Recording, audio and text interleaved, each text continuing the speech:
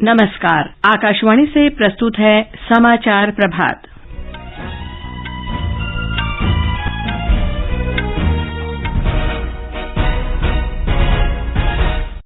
प्रधानमंत्री नरेंद्र मोदी ने एक उच्च स्तरीय बैठक में गुजरात में पुल दुर्घटना के बाद मोरबी की स्थिति की समीक्षा की। श्री मोदी आज राजस्थान के बांसवाड़ा जिले में मानगढ़ धाम के गौरव गाथा कार्यक्रम में शामिल होंगे। विदेश मंत्री सुब्रमण्यम जयशंकर शंघाई सहयोग संगठन के शासनाध्यक्षों की वर्चुअल बैठक में भाग लेंगे। सूचना और प्रसारण मंत्री अनुराग सिंह ठाकुर ने कहा, सरदार पटेल के व्यवहारिक नीति और दृढ़ संकल्प में 500 रजवाड़ों का स्वतंत्र भारत में विलय सुनिश्चित किया। इजरायल में नई संसद के चुनाव के लिए मतदान आज, और भारतीय क्रिकेट कंट्रोल बोर्ड ने बांग्लादेश के साथ एक दिवसीय और टेस्ट क्रिकेट श्रृंखला के लिए भारतीय टीम की घोषणा की।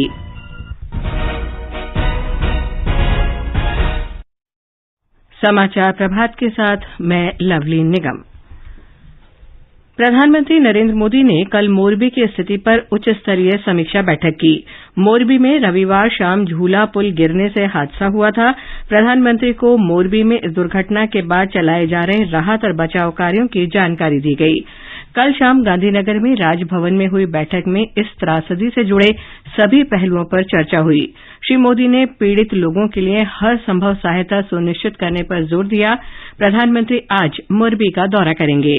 राज्य सरकार ने दुर्घटना में मारे गए लोगों को श्रद्धांजलि देने के लिए एक दिन का शोक घोषित किया है। इस बीच मोरबी में हुए पुल हादसे के सिलसिले में 9 लोगों को गिरफ्तार किया गया है। गुजरात के गृह राज्य मंत्री हर्ष सांघवी ने बताया कि दोषी एजेंसी के खिलाफ मामला दर्ज कर लिया गया है। जो एजेंसी ये ब्रिज का काम संभालती थी, उस एजेंसी में क्रिमिनल दफा 304, 308, 114 के मुताबिक उन पे केस दर्ज हुआ है। राजकोट रेंज के पुलिस महानिरीक्षक अशोक कुमार यादव ने बताया कि गिरफ्तार किए गए लोगों में ओरेवा के 2 प्रबंधक, पुल की मरम्मत करने वाली कंपनी, टिकट बांटने वाले, पुल की मरम्मत करने वाले ठेकेदार और अन्य लोग शामिल हैं। प्रधानमंत्री नरेंद्र मोदी आज राजस्थान के बांसवाड़ा जिले में मानगढ़ पहाड़ी पर मानगढ़ धाम की गौरव गाथा कार्यक्रम में भाग लेंगे। वे स्वतंत्रता संग्राम में त्याग और बलिदान करने वाले अज्ञात जनजातीय नायकों को श्रद्धांजलि अर्पित करेंगे।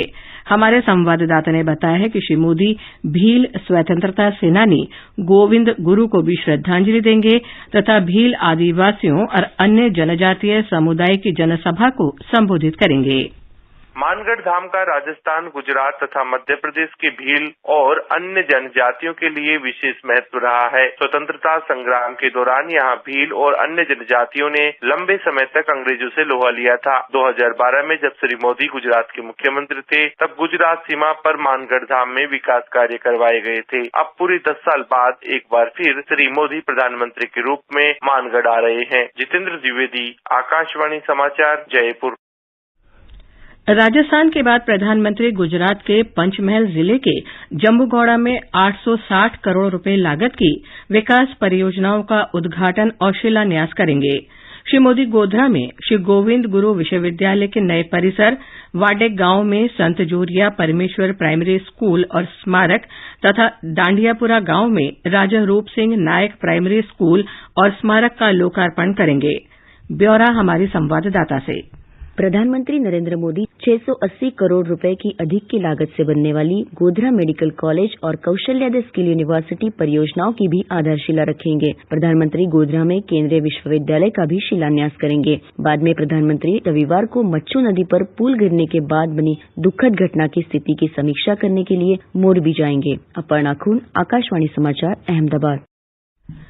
राष्ट्रपति द्रौपदी मुर्मू आज ग्रेटर नोएडा में भारत जल सप्ताह का उद्घाटन करेंगी। जल संसाधन, नदी विकास और गंगा संरक्षण मंत्रालय जागरूकता बढ़ाने और संरक्षण के प्रयास में आज से 5 नवंबर तक भारत जल सप्ताह के 7वें संस्करण का आयोजन कर रहा है।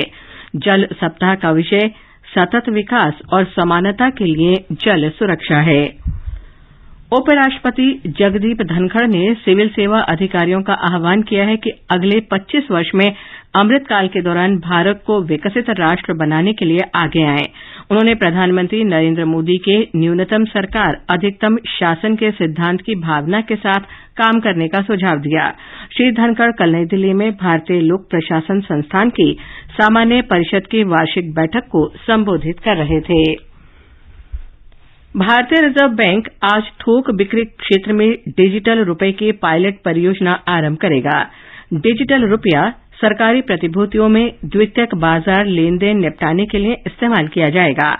आरबीआई को आशा है कि ई रुपया अंतर बैंक बाजार को और कार्यकुशल बनाएगा और इससे लेन देन लागत में कमी आएगी। इस पायलट परियोजना के नतीजों के आधार पर अन्य थोक लेन देन और सीमा पार भुगतान की प्रणाली तैयार की जाएगी। खुदरा क्षेत्र में डिजिटल रुपये के इस्तेमाल की परियोजना चयनित स्थलों पर 1 महीने के भीतर शुरू की जाएगी। कर्मचारी भविष्य निधि संगठन ईपीएफओ ने कर्मचारी पेंशन योजना में जमा राशियों को निकालने की अनुमति देने का फैसला किया है।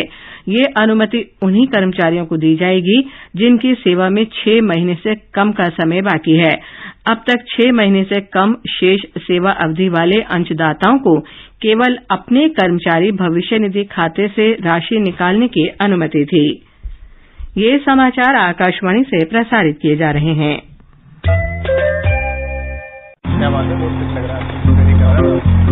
3 महीने में पैसे डबल। वाह, फास्ट और हाई रिटर्न्स भी। क्या स्कीम है? कल तो नहीं थी यहाँ, और कल होगा भी नहीं।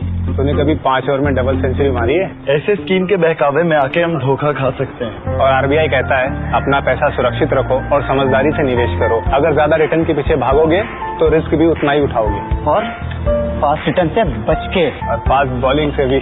आरबीआई कहता है जानकार बनिए, सतर्क रहिए। आपकी और राष्ट्र की तरक्की एक ही सिक्के के 2 पहलू हैं। देश को जोड़ने वाली सड़कें, वाटरवेज, विश्व स्तरीय स्कूल और अस्पताल, टेक्नोलॉजी से काम काज आसान, जन कल्याण की योजनाएं, नए रोजगार। इस बहुआयामी प्रगति को गति देने में आपके टीडीएस की महत्वपूर्ण भूमिका है। 30 सितंबर 2022 को समाप्त तिमाही के लिए टीडीएस ई फाइल करने की अंतिम तिथि 31 अक्टूबर है। अंतिम तिथि के बाद टीडीएस फाइल करने पर प्रतिदिन 200 का शुल्क और 1 लाख रुपए तक का जुर्माना देना होगा। पैन तथा टैन का सही ब्यौरा देना ना भूलें। यदि टीडीएस टीसीएस योग्य कोई लेन देन नहीं है तो ट्रेसेस पोर्टल पर सूचित करना अनिवार्य है। ध्यान रखिए, केवल फॉर्म 26Q फाइल करने की नियत तिथि 31 अक्टूबर 2022 से बढ़ाकर 30 नवंबर 2022 कर दी गई है। अधिक जानकारी के लिए www.incometax.gov.in पर जाएं। प्रत्येक आयकरदाता एक राष्ट्र निर्माता। समाचार प्रभात में आपका फिर स्वागत है। शंघाई सहयोग संगठन के सदस्य देशों के शासनाध्यक्षों की 21वीं बैठक आज वर्चुअल माध्यम से होगी। विदेश मंत्री एस जयशंकर बैठक में भारत का प्रतिनिधित्व करेंगे। वार्षिक रूप से होने वाली इस बैठक में संगठन में व्यापार और आर्थिक एजेंडे पर विचार होता है और वार्षिक बजट का अनुमोदन किया जाता है। बैठक में संगठन के सदस्य देश और पर्यवेक्षक देशों के अलावा संगठन के महासचिव और क्षेत्रीय आतंकरोधी इकाई के कार्यकारी निदेशक, तुर्कमेनिस्तान और अन्य आमंत्रित अतिथि शामिल होंगे।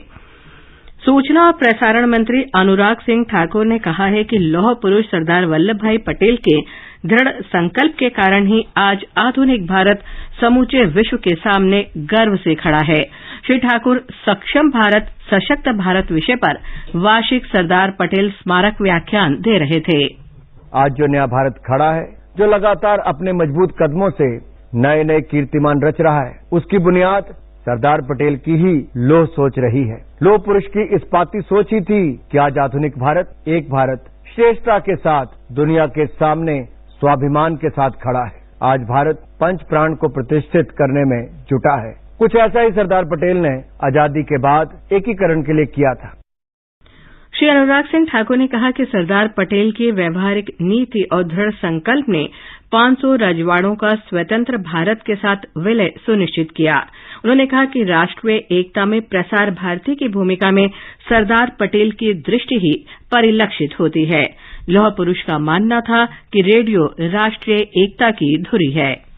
रेडियो की भूमिका को वो किस तरह देखते थे, इसके लिए नागपुर रेडियो स्टेशन के उद्घाटन के मौके पर दिए गए उनके भाषण को आप सुन सकते हैं। And I like to quote, मेरा मानना है कि आकाशवाणी संप्रेषण के सबसे सशक्त और विश्वसनीय माध्यम है। रेडियो देश की एकता और विकास में अहम भूमिका निभाएगा। रेडियो के इसी महत्व को देखते हुए उसके तेज विस्तार की योजना बनाई गई है। इस मौके पर मैं प्रबुद्ध लोगों से अपील करता हूं कि आम लोगों को रेडियो के प्रति सहज बनाने के लिए कोशिश करें। आई अनकोट। इजरायल में आज नई संसद के चुनाव के लिए मतदान होगा। पूर्व प्रधानमंत्री बेन्यामिन नेतन्याहू वापसी की कोशिश कर रहे हैं। ये वर्ष 2009 के बाद पहला चुनाव होगा जिसमें श्री नेतन्याहू मौजूदा प्रधानमंत्री के रूप में शामिल नहीं हैं। इजरायल में 4 वर्ष से भी कम समय में 5वीं बार चुनाव हो रहे हैं। पिछले 4 चुनावों में किसी भी गठबंधन को निर्णायक जनादेश नहीं मिल पाया था। चुनाव परिणाम कल तक मिल जाने की आशा है। भारतीय क्रिकेट कंट्रोल बोर्ड ने बांग्लादेश के साथ एक दिवसीय और टेस्ट श्रृंखला के लिए टीम की घोषणा कर दी है। रोहित शर्मा कप्तान और केएल राहुल उप कप्तान होंगे। भारतीय टीम 3 एक दिवसीय 2 टेस्ट मैच खेलेगी। पहला एक दिवसीय मैच 4 दिसंबर को खेला जाएगा। ब्रिस्बेन में आईसीसी T20 विश्व कप में आज अफगानिस्तान का मुकाबला श्रीलंका से होगा। मैच भारतीय समयानुसार सुबह 9:30 बजे से शुरू होगा। दूसरे मैच में इंग्लैंड और न्यूजीलैंड आमने सामने होंगे। ये मैच दिन में 1:30 बजे से खेला जाएगा। कल ऑस्ट्रेलिया ने आयरलैंड को 42 रन से हराया। जॉर्डन के अम्मान में आज से शुरू हो रही एशियाई बॉक्सिंग चैंपियनशिप में भारतीय दल का नेतृत्व लवलीना बोरगोहेन और शिव थापा करेंगे। भारत ने एशियाई बॉक्सिंग चैंपियनशिप के लिए 25 सदस्यों का दल अम्मान भेजा है। क्वार्टर फाइनल शनिवार से होंगे। सेमीफाइनल मुकाबले 9 और 10 नवंबर को होंगे। महिलाओं का फाइनल 11 नवंबर को और पुरुषों का 12 नवंबर को खेला जाएगा। ये समाचार हमारी वेबसाइट newsonair.gov.in/hindi पर भी उपलब्ध हैं। और अब समाचार पत्रों की सुर्खियों के साथ हैं फरहत नाज। धन्यवाद लवलीन। गुजरात में मोरबी पुल हादसे का प्रथम दृष्टया कारण रखरखाव में कमी, कंपनी पर केस की खबरें सभी अखबारों में है। हरिभूमि कहता है जांच के लिए बनी एसआईटी कंपनी के दफ्तर पर ताला और वेबसाइट बंद। प्रधानमंत्री नरेंद्र मोदी का कल राष्ट्रीय एकता दिवस पर ये कहना कि दुश्मन कर रहे हैं एकता तोड़ने की कोशिश, जनसत्ता में है। राष्ट्रीय सहारा कहता है पीएम ने कहा हमें एक हिंदुस्तानी के रूप में जवाब देना होगा। नोएडा बनेगा डाटा सेंटर हब, उत्तर भारत के पहले हाइपरस्केल केंद्र का आगाज अमर उजाला की पहली खबर है। पत्र ने मुख्यमंत्री योगी आदित्यनाथ के हवाले से लिखा है कि देश के करोड़ों मोबाइल और इंटरनेट उपभोक्ताओं का डेटा पहले विदेश में जारी किया जाता था, अब ये सुविधा प्रदेश में होगी। आज से शुरू होगा डिजिटल रुपए का दौर, दैनिक जागरण के अर्थ जगत की खबर है। पत्र ने पायलट योजना को एक नए युग की शुरुआत बताया है। हिन्दुस्तान की सुर्खी है ई-रुपया से भुगतान की लागत में कमी आएगी। आज से कागज रहित हो जाएगी भारतीय रेल, लोक सत्य में प्रमुखता से दिया है। पत्र कहता है कि रेलवे की हर फाइल और दस्तावेज अब कंप्यूटर और इंटरनेट के माध्यम से संचालित होंगे। वायुसेना बहुउद्देशीय लड़ाकू विमानों की तैनाती बढ़ाएगी, शीर्षक से हिन्दुस्तान ने लिखा है कि ये लड़ाकू विमान सभी प्रकार के कार्यों को अंजाम देने में सक्षम हैं।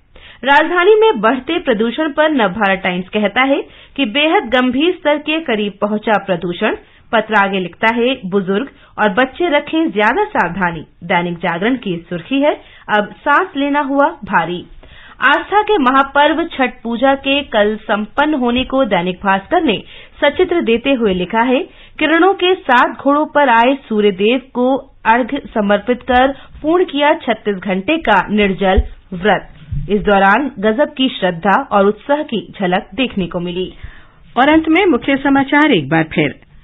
प्रधानमंत्री नरेंद्र मोदी ने एक उच्च स्तरीय बैठक में गुजरात में पुल दुर्घटना के बाद मोरबी की स्थिति की समीक्षा की। श्री मोदी आज राजस्थान के बांसवाड़ा जिले में मानगढ़ धाम की गौरव गाथा कार्यक्रम में शामिल होंगे। विदेश मंत्री सुब्रमण्यम जयशंकर शंघाई सहयोग संगठन के शासनाध्यक्षों की वर्चुअल बैठक में भाग लेंगे। सूचना और प्रसारण मंत्री अनुराग सिंह ठाकुर ने कहा सरदार पटेल की व्यावहारिक नीति और दृढ़ संकल्प ने 500 रजवाड़ों का स्वतंत्र भारत में विलय सुनिश्चित किया। इजरायल में नई संसद के चुनाव के लिए मतदान आज और भारतीय क्रिकेट कंट्रोल बोर्ड ने बांग्लादेश के साथ एक दिवसीय टेस्ट क्रिकेट श्रृंखला के लिए भारतीय टीम की घोषणा की। इसके साथ ही समाचार प्रभात का ये अंक समाप्त हुआ। नमस्कार।